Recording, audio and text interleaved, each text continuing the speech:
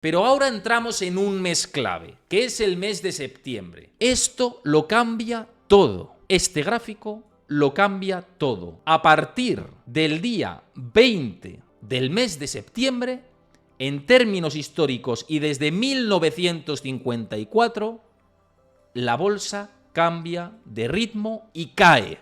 En la segunda parte de septiembre vienen problemas. Septiembre, si se repiten los patrones estacionales, puede ser un mes fantástico para la recarga. Pero, ¿qué hay detrás de ese gráfico? Que es cierto que lo hemos visto publicado en redes sociales, publicado por otros creadores de contenidos en YouTube, y qué se encuentra dentro de las tripas. Lo que nos quiere decir este gráfico estadístico es que si compra a principios y vende a finales, va a palmar pasta en términos históricos. Hay un factor que lo cambia todo en septiembre.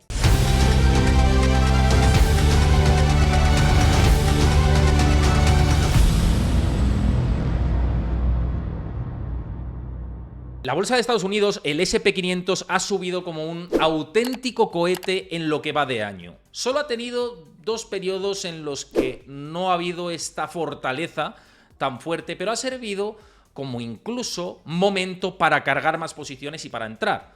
Pero ahora entramos en un mes clave, que es el mes de septiembre.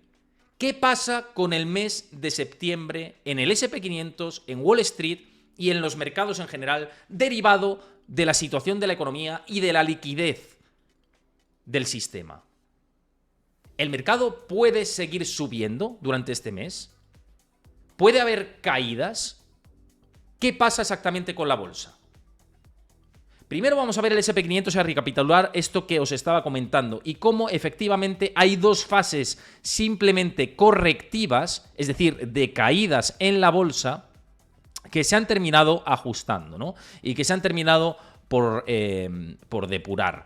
Vemos aquí esta fase correctiva, que justamente coincide hace un año, esta fase correctiva, y luego la más reciente, esta. Las más importantes recientes son, como os decía, esta y esta.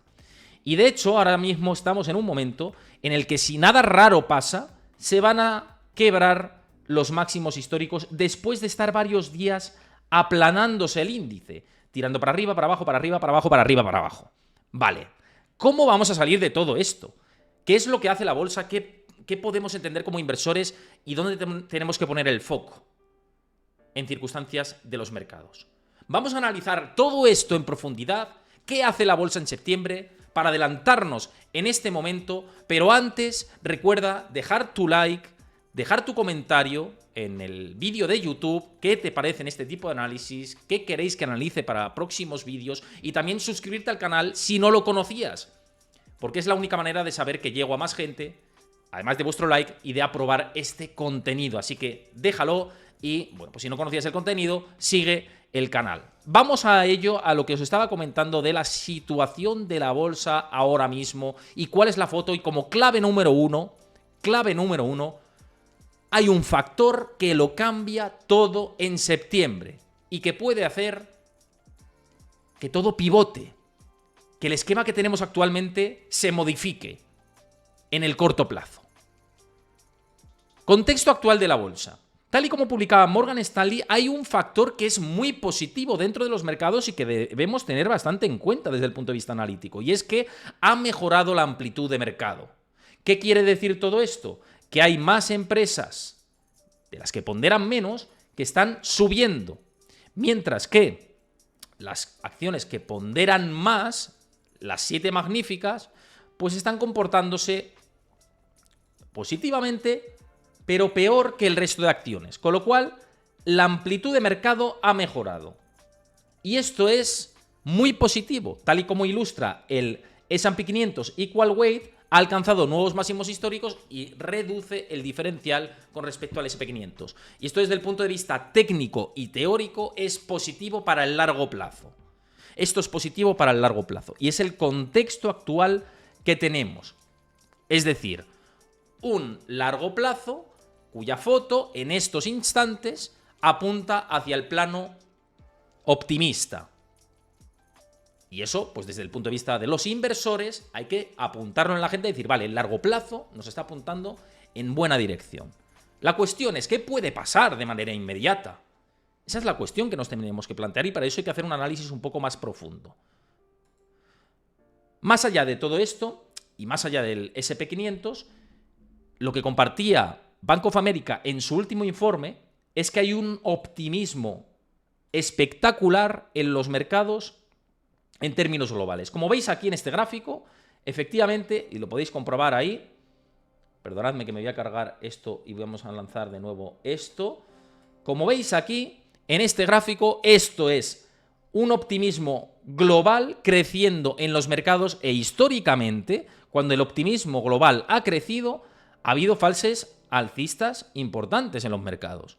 Es decir, que el horizonte largo, según estos indicadores, sería positivo. Hay más optimismo que pesimismo. Y en un largo alcance, pues son lecturas óptimas desde el punto de vista de la inversión. Lo que ocurre es que hay altos en el camino. Y uno de esos altos en el camino, en términos estadísticos, puede producirse en el mes de septiembre. Esto lo cambia todo. Este gráfico lo cambia todo. A partir del día 20 del mes de septiembre, en términos históricos y desde 1954, la bolsa cambia de ritmo y cae. La estacionalidad es desfavorable a la bolsa en la segunda quincena de septiembre y de manera muy abrupta, de media un 1%, de media de muchísimos años. Fijaos la lectura. Con lo cual, festival en la primera parte de septiembre, vamos cargando, pero en la segunda vienen maldadas. En la segunda parte de septiembre vienen problemas. En términos estadísticos. Y esto no nos podemos olvidar que va de la mano de que a largo plazo hay buen síntoma, hay positivismo. Es decir, que si la foto macroeconómica no cambiase en septiembre y tenemos unos datos que siguen apuntando en la buena dirección a largo plazo, septiembre, si se repiten los patrones estacionales, puede ser un mes fantástico para la recarga. Septiembre-octubre, porque octubre también es un mes dubitativo, aunque menos que septiembre. Septiembre es un mes, el peor mes del año, en términos estadísticos. Es decir, que es el gráfico que lo cambia todo. Pero, ¿qué hay detrás de ese gráfico? Que es cierto que lo hemos visto publicado en redes sociales, publicado por otros creadores de contenidos en YouTube, y que se encuentra dentro de las tripas y el análisis que hay que hacer de por qué septiembre y por qué ahora puede empezar a haber situación en la que alcancemos máximos históricos en la primera parte del mes, pero que luego haya dudas. ¿Por qué? Porque estadísticamente, si nos fijamos y vemos más las tripas de septiembre, y lo vemos representado en un gráfico completo, lo que observamos es que estacionalmente, una vez más, desde enero a agosto, la tendencia es claramente alcista, con algunos altos en el camino, como es el mes de febrero, como es el mes de mayo y como es el mes de junio. Ahora bien, en septiembre, la caída desde máximos hasta mínimos es la más grande. Con lo cual, si alguien está haciendo trading y quiere apostar por un trade, por ejemplo, desde principios de septiembre hasta finales del mes, lo que nos quiere decir este gráfico estadístico es que si compra a principios y vende a finales va a palmar pasta en términos históricos. Insisto, esto cambia mucho. La estadística simplemente no es una ciencia exacta y simplemente es algo que tenemos que tener presente a la hora de elegir nuestras decisiones de inversión, pero no es la Biblia. Simplemente es un punto más. Y esto lo que nos indica es, en septiembre, desde en los últimos 20 años, la muestra es más reducida, lo que observamos es un menos 0,7%. El 55% de las veces, en septiembre, el mercado termina en positivo, que es el menor promedio junto con enero. Es decir, que cuidado, porque es un mes en el que generalmente las posiciones de liquidez amplían, la liquidez global del mercado rota y varía, y muchos gestores de fondos están a la espera. Sobre todo, además, en años electorales. Porque en años electorales, y recordemos que en noviembre de este año se celebran elecciones en Estados Unidos con Kamala Harris y con Donald Trump por los demócratas y los republicanos, pues muchos gestores están a la espera. Y os lo digo porque contacto habitualmente con gestoras de fondos de inversión y lo sabéis. Y cuando les pregunto por esta situación, lo que me dicen es, y les pido opinión de gestores de cómo ven el contexto y de cómo ven su posicionamiento de cara a la inversión, me dicen, hasta después de las elecciones, nada. Eso es lo que me están diciendo. Hasta después de las elecciones, nada. De las 4 gestoras con las que he hablado, las 4 internacionales, ha sido el mismo discurso. Hasta después de las elecciones, mis gestores de renta fija no quieren posicionarse y hablar, no sabemos qué va a hacer la Fed y no sabemos cómo se puede mover el mercado. Eso es lo que tenemos en el mes de septiembre, a partir de este momento. Una situación de contención. Y hay que jugar con esa situación de contención. Hay que moverse con esa situación de contención.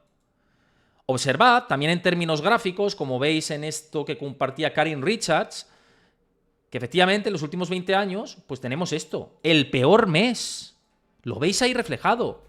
Se nos viene el peor mes en términos históricos. Y con esto pues sepamos actuar. Si queréis saber lo que yo he hecho personalmente, yo vendí la mitad de mi posición de SP500 antes de irme de vacaciones, a mediados de julio. Me quedé con la segunda posición, es decir, con la mitad de la posición dentro del SP500 en Estados Unidos, y no he reentrado con lo que vendí. Sigo jugando con lo que tenía dentro. Sigo dentro, pero no he cargado, no he recargado, y no lo he hecho por estas cuestiones. ¿De acuerdo? No lo he hecho por estas cuestiones.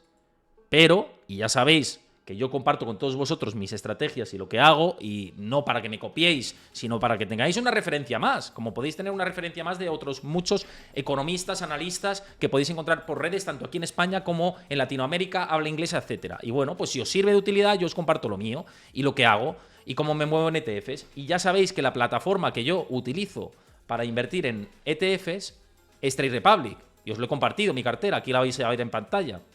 Como de momento la tenemos en este último mes pírricamente en positivo, desde compra, con el Core MSCI World dando la mejor rentabilidad, todo en verde, pero pues muy conservador, muy conservador. Por ejemplo, la plata, que ya sabéis que estoy invertido en plata, da un 0,69% ahora, y yo confío muy a largo plazo en plata, por poneros el ejemplo. O por ejemplo, en el Core MSCI World, en bonos del tesoro. Luego sabéis que tengo una posición gigante que aquí no veis porque es mucho dinero y no muestro el completo de mis posiciones, pero mi principal posición de la cartera es oro. Esto solo es demo para que veáis una estructura de cartera, cómo la podéis formar. ¿Y por qué Trade Republic? Pues porque tiene las comisiones más bajas en ETFs, porque nos remunera lo que no invertimos hasta 50.000 euros al 3,75%, y porque o nos movemos y aprovechamos las caídas de los mercados para reentrar, o no hacemos nada. Entonces, os pasa Chris por el chat el enlace a Trade Republic, y también lo tenéis en el comentario fijado de YouTube y en la descripción del vídeo. Pincháis ahí abajo y podéis hacer este tipo de estrategias. También tenéis la tarjeta que os permite pagar con ella y os devuelven el 1% de lo que gastáis. Yo sobre todo la he utilizado mucho para viajar en el extranjero porque aplica 0% de comisión en el cambio de divisas. Estuve en Reino Unido y pagaba en libras y 0% de comisión. Entonces yo pagaba con el móvil, con la tarjeta asociada al móvil, pum, pum, pum, pum, y 0% de comisión en el tipo de cambio. Y encima me devuelven de lo que compro el 1%. Si algo me cuesta 100, pues me devuelven 1 euro. Pues oye, merece la pena, ¿no? Así que, insisto, echadle un ojo a Trade Republic. No es una recomendación de inversión, ya sabéis que esto os comparto lo que personalmente hago, ¿vale? Cada uno luego decide lo que haga. No, es que recomiendas, no recomiendo. Yo comparto lo que hago y cada uno que haga lo que quiera. Ya está, yo creo que es útil, pero es mi opinión personal y luego cada uno que decida. Así que tenéis ahí el enlace, pinchad y le echáis un ojo, que ya veréis que yo creo que no os vais a arrepentir, pero es mi opinión, en fin.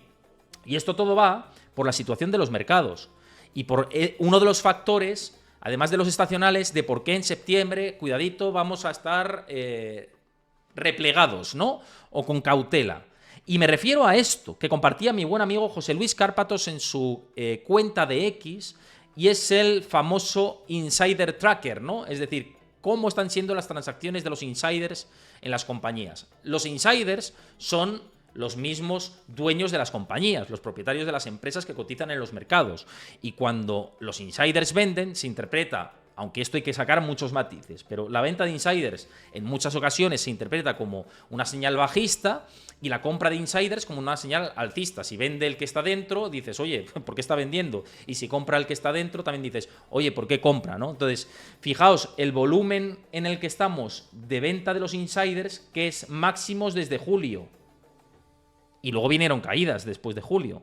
O, por ejemplo, julio del año pasado, que hubo una fase algo correctiva y hubo unas ventas descomunales. Aquí veis que a partir de estos niveles indicaría ventas o situación bajista, y por debajo de estos niveles una señal muy alcista. Y ahora estamos en una señal claramente bajista en el corto plazo, según este indicador de los insiders, que hay que medirlo con cierta cautela. Entonces, cuidado, porque esto que estamos viendo en pantalla y la estacionalidad lo puede cambiar todo en el corto plazo.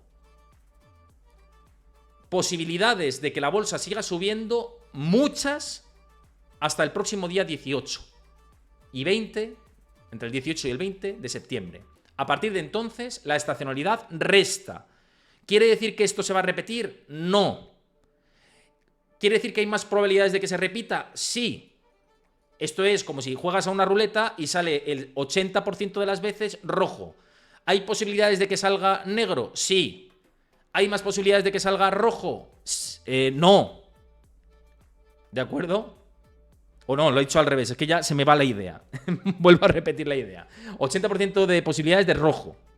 ¿Vale? Si sale ¿hay posibilidades de que salga negro? Hay posibilidades. ¿Hay más posibilidades de que salga rojo? Sí.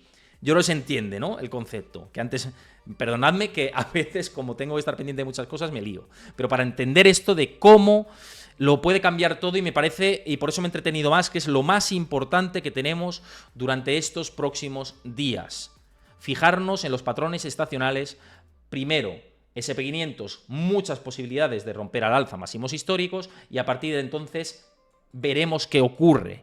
Esto desde el punto de vista de los mercados, pero la estadística no nos es favorable, ¿de acuerdo? Y esto va muy ligado a la clave número 2, que es la principal decepción para los mercados según Morgan Stanley, y en concreto su analista jefe Mike Wilson, que era el bajista de los bajistas en este último año. Pues bueno, ha actualizado un informe, ya dejó de ser bajista hace tiempo y pasó a ser neutral, pero sigue con un sesgo claramente marcado a la baja y más negativo. Y lo que nos dice Mike Wilson, que a mí me parece interesante desde el punto de vista del análisis, es que a menos que la Fed recorte más de lo previsto, dice, los inversores en bolsa se sentirán decepcionados. Esto dice el máximo responsable de mercados de Morgan Stanley. Que cuidadito con esto que nos marca el gráfico y que os publicaba a través de mi cuenta de X. Añade, dice, los inversores en renta variable deberían esperar rentabilidades mínimas a nivel de índice durante los próximos 6 y 12 meses, y en nuestra opinión deberían permanecer en la parte alta de la curva de calidad. Es decir, que como la Fed no recorte lo que espera el mercado, puede haber una importante decepción, un jarro de agua fría. Y esto es lo que, como clave número 2, me parece muy interesante, porque creo que va al hilo de lo que comentábamos antes de la estacionalidad, y especialmente porque se va a celebrar la reunión de la Reserva Federal este mismo mes y se espera un recorte o bien de 25 puntos básicos o de 50 puntos básicos. Va a haber recorte, sí, pero ¿cuántos más van a haber? ¿Qué nos va a decir Jerome Powell en este mes? ¿Va a abrir la puerta a más caídas de tipos, a más reducciones de las tasas de interés? ¿O va a salvaguardarse algunas en la manga? Porque ahí puede haber decepciones, según Mike Wilson. Y esto es importante que lo conozcáis. Y aquí tenéis el gráfico de Mike Wilson, como veis, el gráfico al completo, y donde dice todo esto que estoy diciendo.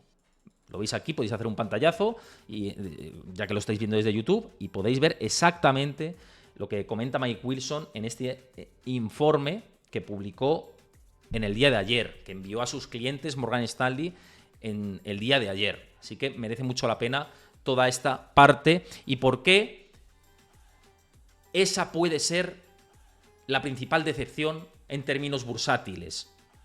Como segunda clave me parecía bastante relevante. Como tercera clave, y me vais a decir, ¿no vas a hablar del dato de empleo que se publica esta semana? ¿O de los PMIs? ¿O de otra serie de claves importantes? Por supuesto que sí. La clave número 3 es ¿qué esperamos del dato de empleo?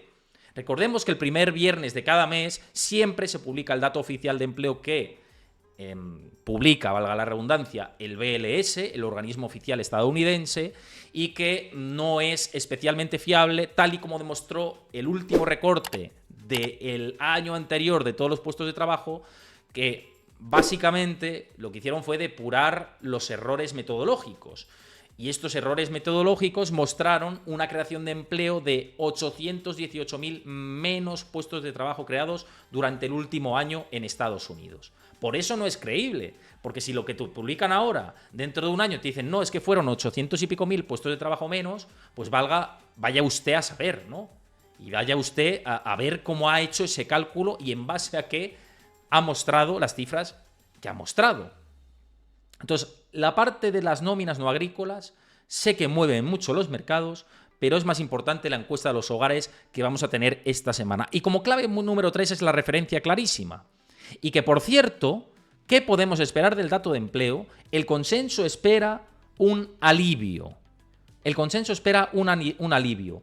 Que las nóminas no agrícolas pasen de 114.000 a 164.000, esto le doy cero importancia, como bien os estoy indicando, porque no es un dato fiable. Pero que la tasa de desempleo pase del 4,3 al 4,2% sería un balón de oxígeno para el recorrido y lo que tiene que hacer la Fed. Ahora bien, como tengamos un estancamiento de la tasa de paro del 4,3% al 4,3%, es decir, que se mantenga igual, sí que puede tomarse como algo negativo. Y ni os digo si sube al 4,4%. Yo creo que va a ser un alivio estos últimos datos o los correspondientes al último mes en términos laborales. Y os voy a decir la razón y por qué creo que no va a generar volatilidades negativas, sobre todo en esta semana, ¿no? Luego ya veremos en función a cómo se mueva el contexto. ¿Y por qué os digo todo esto? Porque las últimas lecturas de solicitudes iniciales por desempleo, que es el paro semanal, son los trabajadores estadounidenses que van a la administración y piden el subsidio por desempleo y luego lo renuevan. Y estos datos, lo que hemos visto en las últimas 4 semanas, son de tranquilidad absoluta. Mejores de lo esperado, no hay presión desde el lado del desempleo, según estos datos. Entonces, según estos datos, que yo les daba credibilidad cuando la tasa de paro subió y os dije, puede subir a 1 décima, puede subir 2, y subía a 1 y 2 décimas, pues en esta ocasión lo que nos indica es que hay más optimismo en el mes de agosto. Hay una situación más positiva. Y por eso, tranquilidad. La situación adversa no va a venir del lado del empleo en esta semana, a no ser que esos datos no estén mostrando la verdad. Y si esos datos no están mostrando la verdad y la tasa de paro se enquista en el 4,3% o sube al 4,4%, entonces se nos monta el follón, ¿eh? Entonces se nos monta el follón si esto es así. Hay menos probabilidades de que esto pase, pero siempre está abierta esa posibilidad. Claro, la situación del empleo es mala en términos generales. Y esto que publicaba Bank of America me parece súper relevante. ¿Por qué os digo todo esto? Porque el empleo del sector privado está claramente en niveles o recesivos o prerrecesivos, como veis aquí.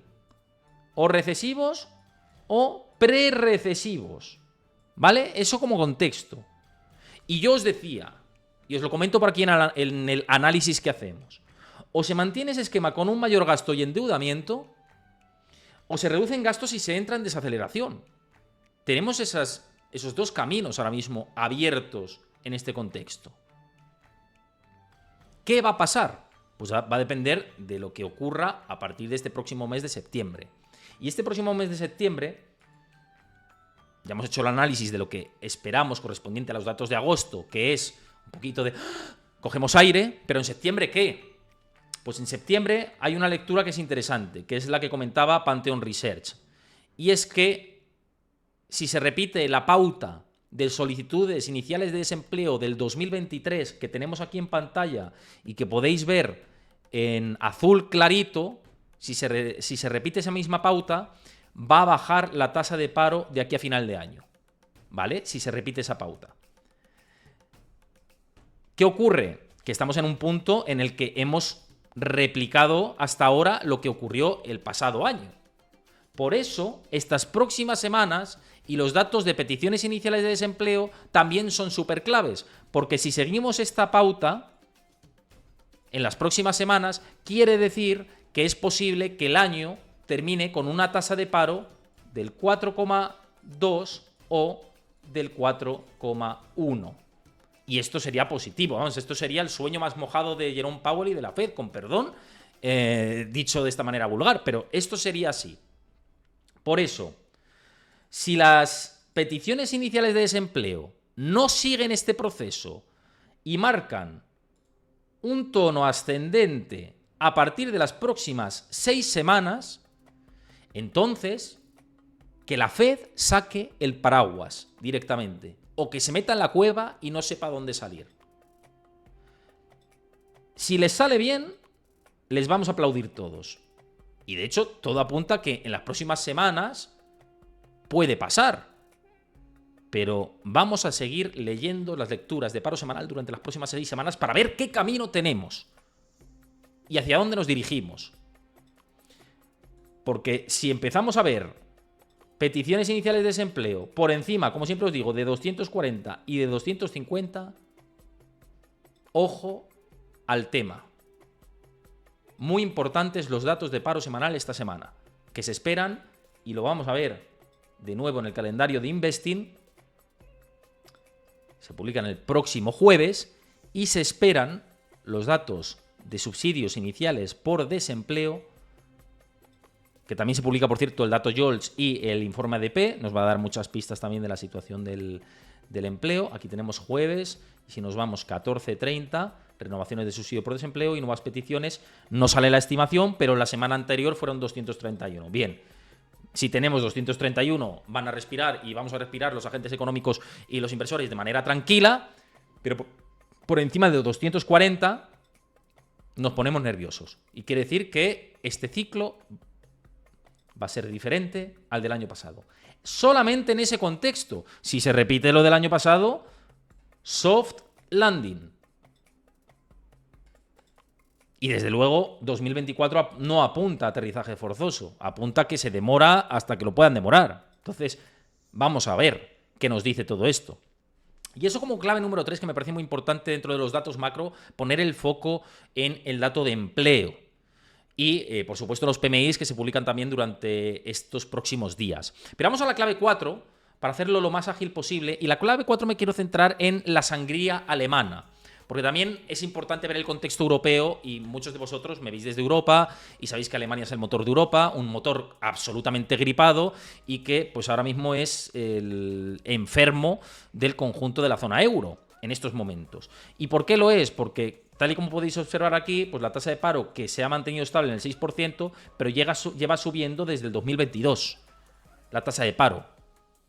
El otro día hablaba con un amigo que está trabajando en Alemania y que además se dedica al sector industrial, y me comentaba que una fábrica de coches importante, alemana, y si me veis desde Alemania muchos lo entenderéis, dice que lleva con producción mínima o parada desde hace 1 año y pico, o desde hace casi 1 año, o año y algo. O parada o casi parada. Pues ¿cómo Alemania va a tirar del barco? Si su actividad principal es la industrial y está pues como está. Y hablamos de una empresa muy importante, ¿eh? Hablamos de una empresa muy importante. Y está parada y más que parada. Y aquí vemos esa tendencia. La Unión Europea lo está pasando medianamente estable por los países del sur de Europa y por el sector servicios. Si tiene que estar esperando a que la industria tire, mala cosa. Mala cosa. Mirad cómo han salido los PMIs manufactureros de Alemania de hoy, o del conjunto de la Unión Europea. Esto lleva arrastrando los pies, ni se sabe el tiempo, 2 años. Mirad la fase contractiva en la que se encuentra Alemania. Es un desastre tremendo. Es decir, para mí es un milagro que la Unión Europea esté en esta inflación y no en recesión. Y eso es porque hay países que dependen mucho del sector servicios y que están tirando para arriba. Pero si fuera por Alemania o estuviéramos en otro momento del ciclo en el que no hubiera ahorros, no hubiera movilidad de liquidez, no se sostuviera todo esto a base de deuda, estaríamos en una recesión importantísima en la Unión Europea, ¿eh? O sea, esto lo está salvando pues una situación de patada hacia adelante y de que otros países pues están creciendo. España, por ejemplo, España, por ejemplo, entre ellos está creciendo. Con esto no quiero defender a ningún gobierno, ni este, ni el del otro color, ni el de allá, ni más allá. Aquí no entramos en política, ya sabéis que a mí, plin, analizo los datos de una manera aséptica y la política, pues oye, cada uno decide sus elecciones de voto. O sea, no tiene que ver con política, tiene que ver con que el ciclo es el ciclo. Y España, igual que haya sido un desastre, o fue un desastre en el COVID, y lo pasó peor, pues ahora está en otro momento del ciclo y probablemente pues en algún punto de los próximos años varíe, y como suele ser habitual cuando varía España, lo hace peor que el resto también. Lo hace muchas veces mejor que el resto, pero otras veces mucho peor, y sufre muchísimo más. Pero claro, Alemania marca mucho lo que puede hacer el Banco Central Europeo, que seguramente sea bajar los tipos de interés en este mes de septiembre, otros 25 puntos básicos. Vamos a ver si eso toma el camino de se bajan tipos porque la situación va a peor, o se bajan tipos y si los salarios no moderan lo suficiente, la inflación pueda volver a calentarse, y entonces tiene un dilema Christine Lagarde que no va a saber ni a quién mirar en la rueda de prensa ni a dónde le sopla el viento. Así que yo creo que viene un mes interesante en términos de datos, ¿no? Y por eso, como cuarta clave, Alemania me parece muy importante. Y para que veáis este sufrimiento, mirad cómo se han caído las inversiones en Alemania en su último dato de PIB. Tremendo. Eso no hace falta hacer lecturas añadidas y demás. Es que el gráfico, la barra esta, habla por sí solo. No hace falta. Lo publicaba esto Pantone Research, pero me da igual, lo podéis cotejar con Bloomberg u otras fuentes de información. Esto es terrible, esto es que, insisto, si no se emitiera deuda al ritmo que se emite y si no hubiese otros países de la zona euro tirando del barco, la zona euro estaría con una contracción del PIB probablemente del 1%, como poco, si no estuviéramos en ese contexto. Lo salvamos y estamos en el alambre por eso, por ese contexto. Así que Alemania hay que vigilarlo, el comportamiento en general. Y fijaos si Alemania está pasándolo mal, ya como último contexto, y esto lo publicaba y se ha extendido bastante en el día de hoy en redes, como mirad el PIB de Alemania, estancado, recesivo y estancado. El consumo privado, estancado. Las inversiones, lamentables. Las exportaciones, estancadas. Los servicios de exportaciones, bueno, creciendo, pero por debajo del promedio anterior, de la pandemia. ¿Y qué es lo único que crece? El consumo del gobierno, el gasto gubernamental. Claro, ¿os extraña que la extrema derecha haya ganado unas elecciones en un lugar concreto de Alemania? Viendo este contexto. Claro, no extraña que lamentablemente ocurra esto. Es una desgracia el punto en el que estamos en Europa, creciendo populismos de un lado y del otro, mensajes acalorados, sin sentido común, sin moderación, y estamos yendo al abismo si seguimos ese camino. Porque recordemos que cuando nos acaloramos en el pasado y fuimos hacia populismos, en otros momentos de la historia, acabamos en 2 guerras mundiales y acabamos peleados entre nosotros. ¿Queremos ir por ese camino? Esa es la pregunta que lanzo yo desde aquí. Y os lo pregunto a vosotros que me estáis viendo en el programa y que me veis desde YouTube. ¿Queréis que vayamos por este camino? Yo no quiero personalmente. Y yo que voy a ser padre próximamente no quiero un futuro para mi hija tan oscuro. Y desde mi posición de alcance que puedo tener en redes sociales y en este tipo de vídeos, lanzo un llamado, por favor, a que nos moderemos, a que cambiemos la película que estamos viendo en Europa, pero desde un plano moderado, desde un plano equilibrado, sin irnos al extremo de un lado o del otro. Tenemos que aprender a convivir entre todos nosotros, porque no podemos eliminar a la mitad de la población que no piensa como nosotros. si no queremos convertirnos en unos totalitarios o en unos genocidas. No sé qué pensáis vosotros, yo estoy encantado de recibir vuestra opinión, pero lo tenía que decir dentro de este contexto de análisis político y económico y de mercados que estamos viendo. Que, por cierto, Alemania, el DAX, sigue en máximos históricos pese a esta situación tan tenebrosa y tan complicada que tiene su economía. Y esto como clave número 4. Y vamos a ver la 5 muy rápidamente, la clave número 5 que tiene que ver con el mercado de deuda. Ojo a los bonos. Y lo que os decía de la parte de la deuda que estaba sosteniendo la Unión Europea, en Estados Unidos ya ni os cuento. En Estados Unidos ya ni os cuento. ¿Quién sostiene ahora mismo al país?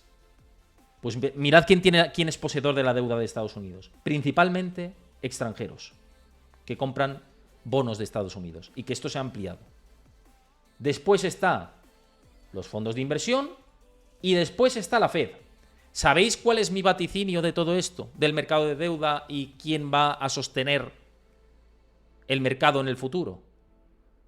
La posición que veis aquí, esta de aquí, de la Fed, se va a hacer cada vez más grande. Va a costar que inversores extranjeros entren aquí, sobre todo si se rebaja a futuro la calificación crediticia de Estados Unidos o cuestiones así por elevar el techo de deuda, por llevar al límite, como siempre, al mercado, etcétera, ¿no? Entonces, la Fed seguramente, en mi opinión, va a acumular más deuda pública en su balance de Estados Unidos, va a ser poseedora y pues se van a producir reducciones de otros inversores. Y seguramente, bueno, ahora los internacionales están subiendo, pero veremos si esto se aplana y si esta parte sube. Y tenemos a la Fed dominadora. Pero hay que seguir echando un ojo al mercado de bonos porque nos da las pistas de lo que puede pasar también a futuro. Y el mercado de bonos, de momento, llevamos la racha alcista más larga de los últimos 3 años en los treasuries, en los bonos. Y esto es una clave muy importante de ojo a lo que están haciendo los bonos y ojo el contexto que podemos tener a partir de ahora, ¿no? Llevamos arrastrándonos, ni se sabe el tiempo, muchos meses en negativos, aquí lo veis, hemos tenido momentos alcistas pero puntuales y ahora sí parece que muchos gestores de fondos se están relamiendo, aunque, insisto, como os he dicho antes, no quieren opinar hasta después de las elecciones de Estados Unidos, donde se puede pegar un pistoletazo de salida importante para tener un rally de final de año, veremos, o para ver si las cosas empiezan a enturbiarse por haber alargado el ciclo de manera artificial tanto y que pues acabemos como todo esto debería haber acabado ya hace 1 año y pico o 2 años, que es en recesión económica y que ya sabéis que es la lectura que siempre hemos hecho desde aquí y cómo el hecho de haberlo alargado y haberlo cambiado lo que hacen es pasar un problema menos grave a un problema más grave a posteriori. En fin, espero que os haya gustado este análisis. Como siempre, y os he dicho antes que si lo queréis apoyar, dejadme vuestro like, suscribiros al canal si no lo conocíais y dejadme vuestro comentario, que me interesa saber qué os parece todos estos análisis y conocer vuestra opinión. De verdad, sinceramente, la agradezco muchísimo. Y nos vemos en las próximas claves y en los vídeos tan importantes que tendremos durante esta semana.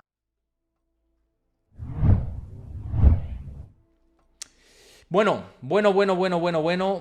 pues ya vamos poniendo el punto y final al programa.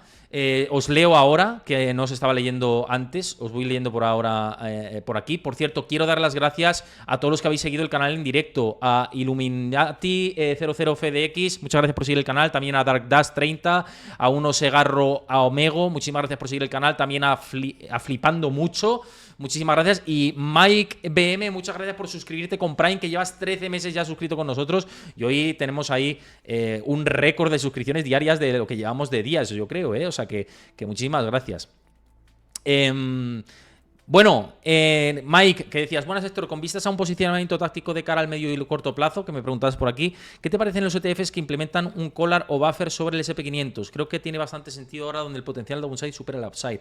No lo he analizado esto en detenimiento, así que si te parece lo miro.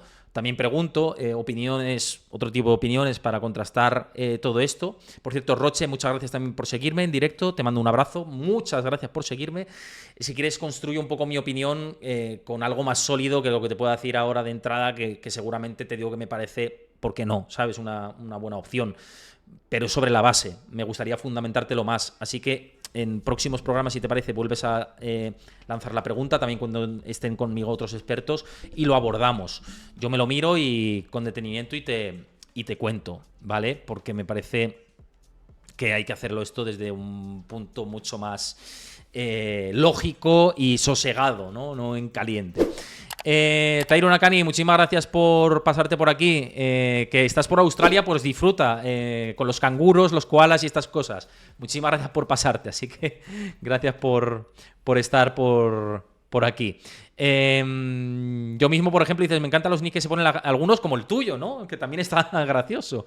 Así que gracias por pasarte. Bueno, gente, muchísimas gracias a todos. Mañana estaremos por aquí a las 6 de la tarde, hora española. Seguramente no estará Edgar Fernández con nosotros porque está mal de la espalda. Me ha dicho que está en un momento que se ha quedado enganchado de la espalda y que es posible que mañana no esté. Si mañana no está, mañana haremos un análisis detenido de algo que ya os contaré, ¿vale? Pero espero que pueda estar en cualquier caso. Si no está, estaremos por aquí al pie del cañón analizando muchas cuestiones que son interesantes de cara a los próximos días. Así que coged fuerzas y mañana nos vemos 6 de la tarde o bien con Edgar Fernández o ya os contaré de lo que hablo, que va a ser interesante 100%. 100%. Un abrazo a todos y nos vemos aquí 6 de la tarde, hora española. Chao, hasta mañana.